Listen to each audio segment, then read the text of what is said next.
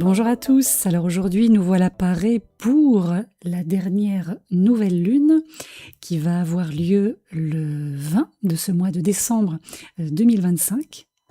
Oserais-je vous demander comment ça va, donc en cette fin d'année, aussi d'année 9, puisque nous sommes à la fin de ce fameux cycle de 9 ans.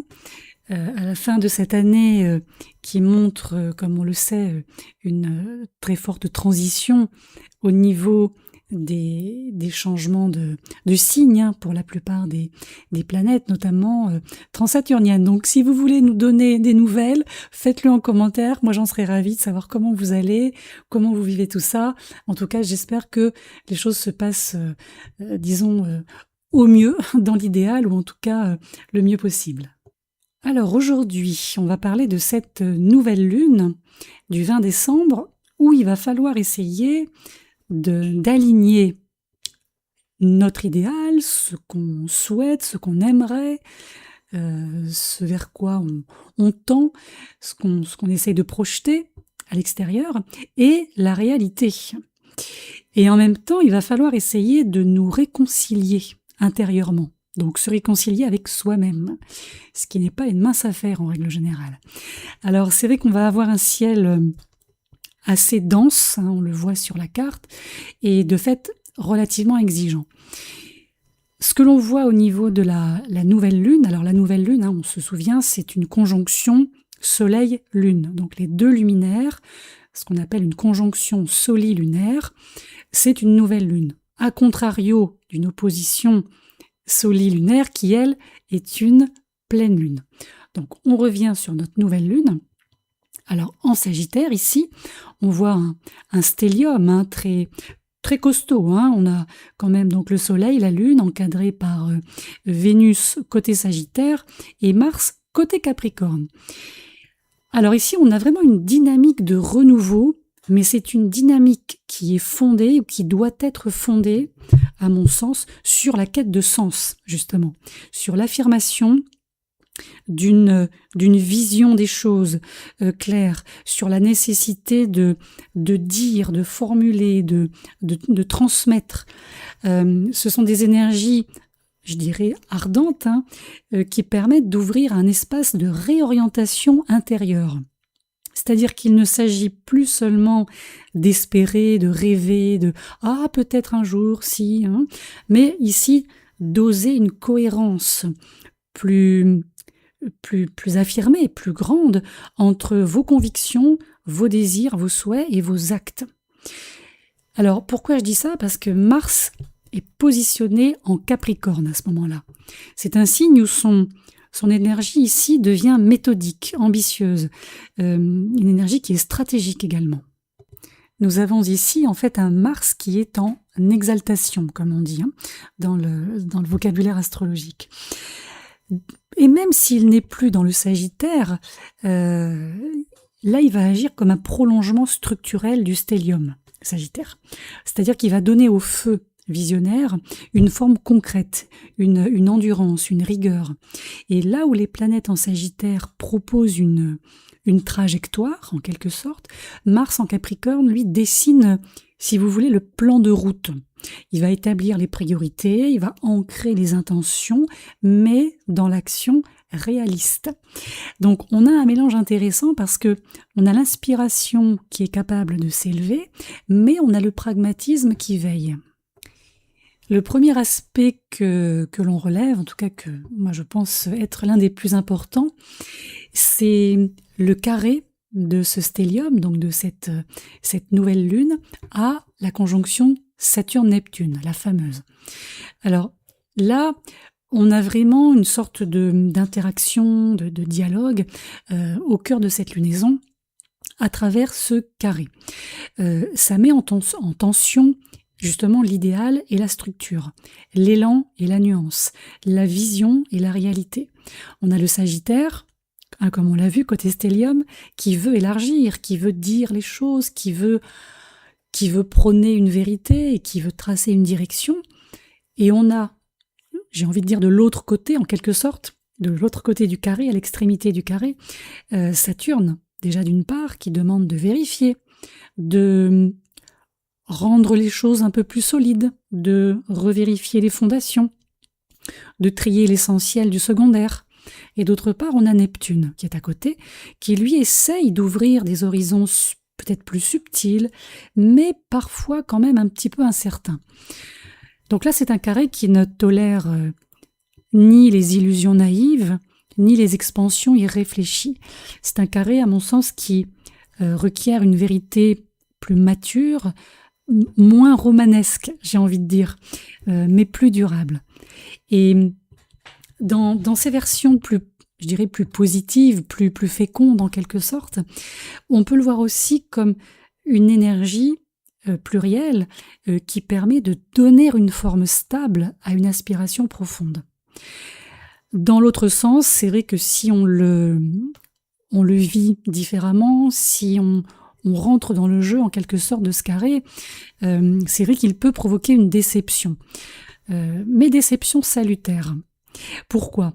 Cette déception peut être salutaire parce qu'elle va clarifier ce qui n'était pas vraiment solide, quelle que soit la nature de cette chose. Hein. Ça peut être une situation, ça peut être un lien, ça peut être un projet, voilà. Tout ce qui vous passe par la tête ou ce que vous vivez, pensez-y. Si déception il y a, on peut presque parler de mal pour un bien. Hein.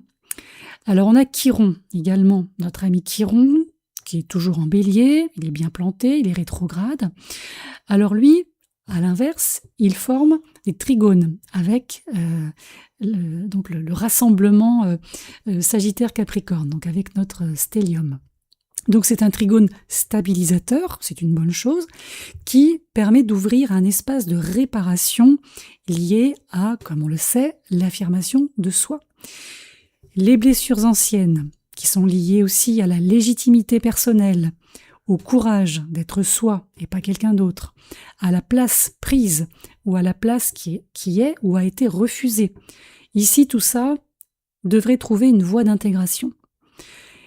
En fait, quelque chose peut se réaligner dans votre manière d'exister à partir du moment où vous poserez une parole juste, un acte clair, tranché et une réorientation, pourquoi pas assumée.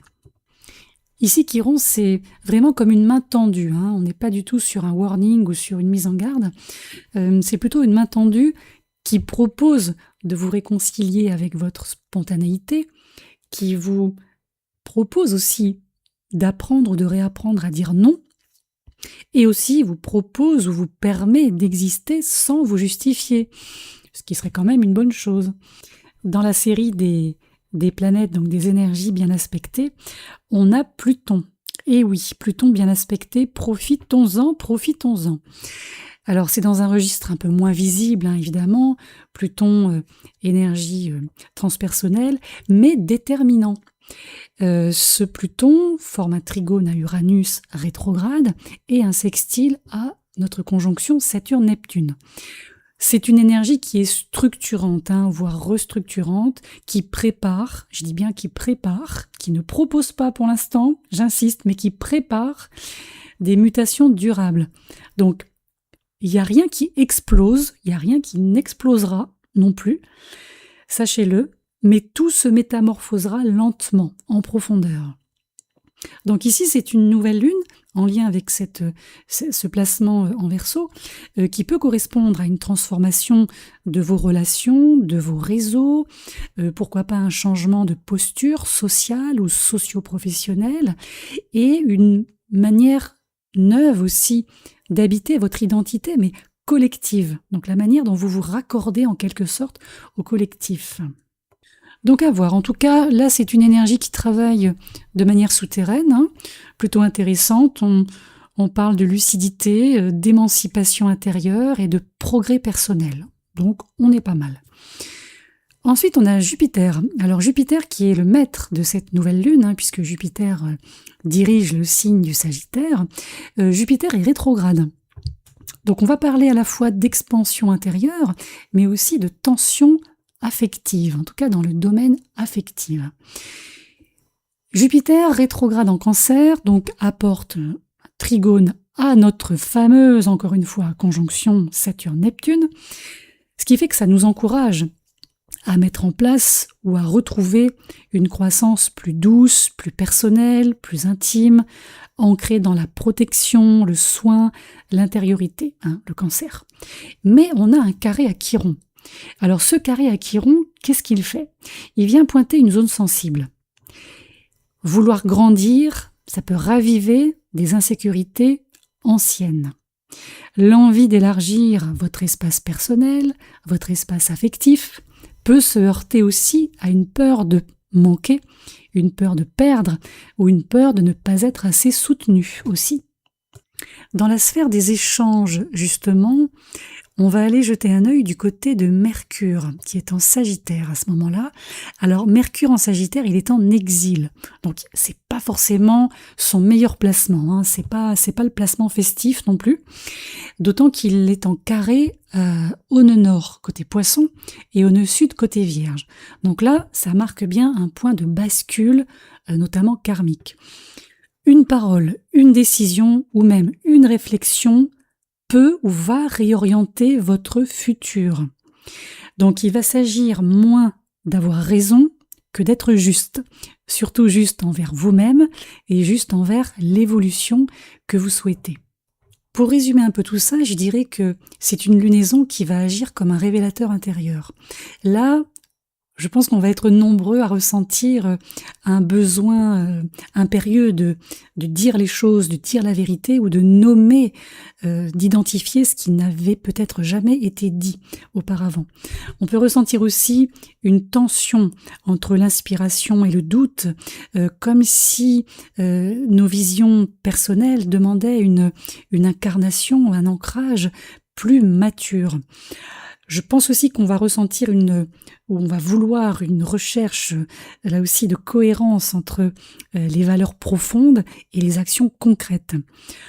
On a aussi un appel à guérir une blessure d'affirmation, cette légitimité, cette confiance en soi et la place que l'on s'octroie en fait dans ce monde. On a, comme on l'a vu, Chiron très bien aspecté au stélium Sagittaire, mais on a aussi Chiron qui envoie un carré à Jupiter rétrograde.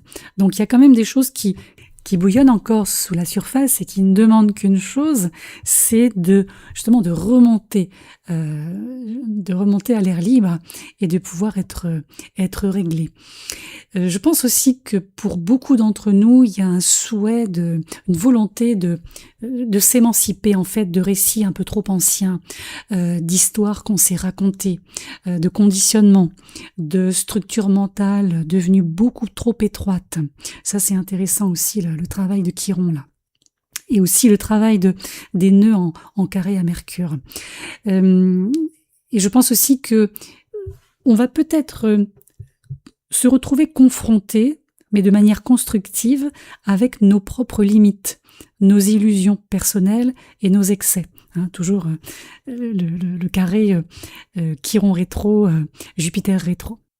Je pense qu'il faut voir et essayer de vivre cette nouvelle lune, les 2-3 semaines qui vont suivre, comme une période de tri psychique. C'est-à-dire sélectionner ce qui vaut vraiment la peine. Éliminer tout ce qui est accessoire. Ne vous encombrez pas. Ça, c'est peut-être l'une des choses les plus importantes, qui ressortent. Donc ça, c'est vraiment pour le côté psycho-émotionnel, la façon dont on peut ressentir les choses, vivre ces choses et en faire quelque chose d'un petit peu différent. Sur le plan factuel, sur le plan concret, alors pour moi cette nouvelle lune peut se traduire de différentes façons, mais finalement ce sont des choses qui vont se recouper. Ça c'est clair. Alors on a déjà, pourquoi pas, la naissance ou la structuration d'un projet à long terme, surtout avec ce Mars en Capricorne. Donc si vous avez quelque chose sur le feu, si vous avez quelque chose en tête, ça pourrait être le bon moment pour commencer à mettre les choses en place. Mais n'oubliez pas que ici, on parle de long terme. On ne parle pas de one shot. On peut aussi avoir des décisions professionnelles à prendre. Alors, si c'est le cas pour vous, il va falloir que ça repose à la fois sur, comme on l'a compris, sur une forme de sagesse, donc une forme de recul avant de prendre une décision, et justement sur une forme de vision, c'est-à-dire qu'est-ce que vous y voyez, qu'est-ce que ça vous apporte, et qu'est-ce qu'il peut y avoir derrière. Évidemment, ne lâchez pas la proie pour l'ombre. Il va y avoir des clarifications de relations, notamment celles qui reposaient jusqu'alors sur des idéaux, des projections, ça c'est clair et net. Du coup, une transformation progressive d'une collaboration, d'un réseau, d'un environnement collectif dans lequel ou dans lesquels vous êtes impliqués. Ça c'est nos fameux triangles mineurs qui relient Pluton, Uranus, Saturne, Neptune. On peut avoir pour certains également la réorganisation de priorités émotionnelles avec la sécurité, la notion de sécurité, la notion de foyer, les liens familiaux avec Jupiter en Cancer. Je pense que pour certains aussi, il va y avoir un net besoin de remettre de l'ordre dans certains excès. Les excès de travail, les excès d'idéalisation, les excès d'engagement, les excès de croyance aussi. Et encore pour d'autres, on peut avoir une étape importante, notamment dans une démarche créative ou une démarche spirituelle, voire les deux combinés, pourquoi pas. Avant de conclure, je vais vous proposer pour chaque signe, donc ça va être très rapide, ne faites pas de timing code, c'est pas la peine, c'est très gentil en tout cas pour les personnes qui prennent le temps, qui me devancent même pour les timing codes de le faire, mais ne vous embêtez pas, ça va être très très rapide. Voilà, c'est juste 2-3 phrases maximum. Alors donc, pour chaque signe, je vais vous donner en fait le petit plus et le petit moins, donc un peu sous forme de conseil, on va faire comme ça. Alors pour le signe du Bélier, le plus, donc l'atout, ça va être d'oser dire ce que vous n'avez jamais osé formuler. C'est important pour vous, Chiron. Le petit moins, donc le petit, je dirais pas handicap, mais là où il vaut mieux pas mettre les pieds avec insistance, justement, c'est vouloir aller trop vite. Pour le Taureau, le plus, ça va être de réaliser un tri, un vrai tri bien approfondi dans vos valeurs et dans vos engagements. Simplifiez le plus possible. C'est ça qui vous apportera de la force. Le petit moins pour vous, ça va être faire attention à ne pas vouloir vous accrocher envers et contre tout par peur de perdre. En bon signe de terre que vous êtes et en bon signe fixe. Pour le signe des Gémeaux, alors le petit plus, ça va être l'importance de clarifier vos conversations importantes. Le petit moins, ça va être de chercher à convaincre envers et contre tout plutôt qu'à comprendre les gens ou comprendre ce qui se passe. Pour le signe du Cancer, le plus, ça va être chez vous de retrouver une sécurité intérieure, émotionnelle, familiale ou affective. Le petit moins, ça va être de confondre ou d'avoir peut-être tendance à confondre la notion de protection et la notion de retrait. Attention à ne pas vous recroqueviller face à l'inconnu. Pour le signe du Lion, le plus, ça va être de vous reconnecter à votre créativité et à votre vision pour l'avenir. On a le feu du Sagittaire qui vous anime ici. En stélium en plus, donc qui dit mieux. Le petit moins, ça va être de risquer de vous enflammer sans structure ou sans poser de structure. Pour le signe de la Vierge, le petit plus, ça va être d'accepter de lâcher peut-être une logique un peu trop rigide pour vous laisser entrer dans je dirais quelque chose d'un peu plus intuitif.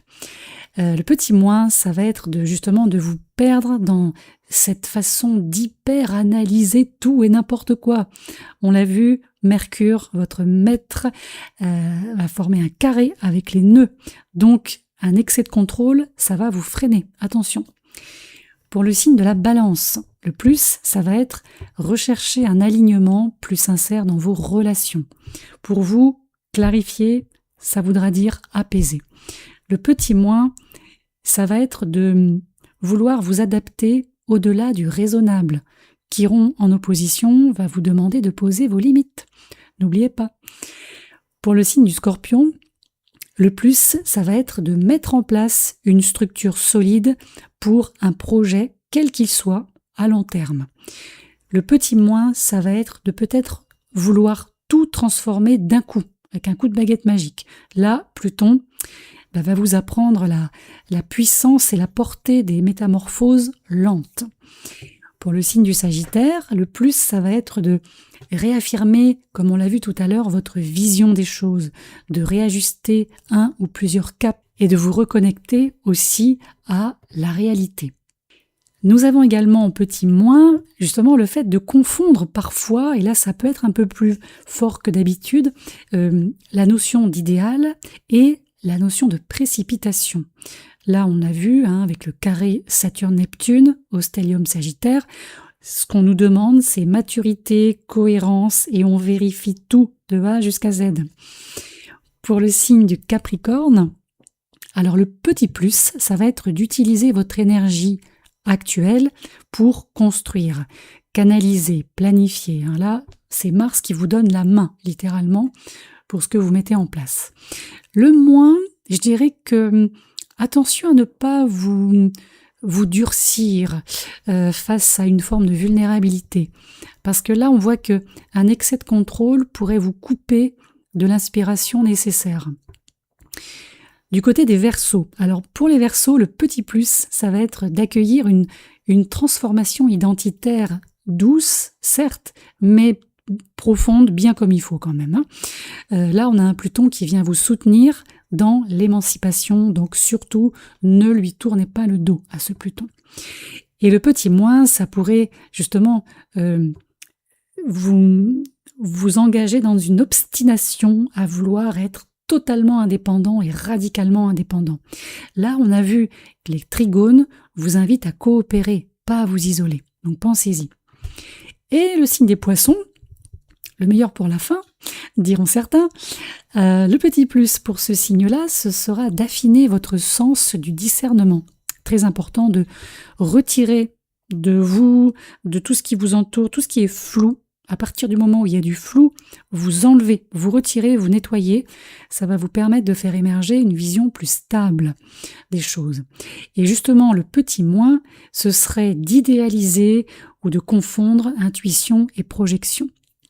Là, on a Saturne qui est encore chez vous, en tout cas sur cette lunaison, qui vous demande de quelque part de valider vos ressentis dans la réalité. Voilà, je pense que j'ai fait le tour, je pense que vous savez tout, ou presque, sur ce ciel qui inaugure une période où on voit bien qu'on ne peut plus avancer à moitié. Là, on a nos intentions qui doivent être alignées ou réalignées avec nos actes, nos élans éclairés par une lucidité intérieure, ça va être important, et nos rêves en quelque sorte qui doivent être soutenus par une discipline personnelle. Et on le voit également que sous cette nouvelle lune, chaque contradiction peut devenir un point de passage, une sorte de pivot. Donc, tous les tiraillements entre idéal et réalisme, entre intuition et structure, entre expansion et prudence, il ne faut pas les voir comme des obstacles uniquement, mais plutôt comme les matériaux d'une œuvre beaucoup plus vaste pour vous, qui serait celle de redéfinir, comme tout à l'heure je l'ai évoqué, votre manière d'habiter ce monde, de formuler les choses, d'assumer votre direction, la direction que vous prenez dans votre vie avec sagesse, avec maturité. Donc pour moi, c'est vraiment une lunaison qui est très charnière. C'est pas une lunaison qui va récompenser par la précipitation ou par l'aveuglement, mais c'est une lunaison qui va en quelque sorte accueillir et quelque part bénir les démarches sincères, ancrées et surtout cohérentes. En fait, sous ce ciel, je pense que chacun peut commencer, je dis bien commencer, à bâtir ou à rebâtir une version plus intègre de lui-même, où, comme on l'a vu, inspiration et responsabilité cessent de s'opposer pour devenir en fait les deux piliers, les deux pôles d'une même structure. Sur ce, portez-vous bien, passez de bonnes fêtes. Je pense qu'on se retrouvera du coup pour la pleine lune de début janvier. Et oui, nous avons une année 2026, année 1, qui va commencer par une lune qui sera pleine, voilà, dès la première semaine. Dites-moi si vous avez envie que je reprenne des podcasts spécifiques justement aux pleines lunes et aux nouvelles lunes, ou si voilà, vous n'avez pas forcément plus que ça envie de m'entendre parler des lunaisons. N'hésitez pas à me faire des retours en commentaire si vous en avez la possibilité.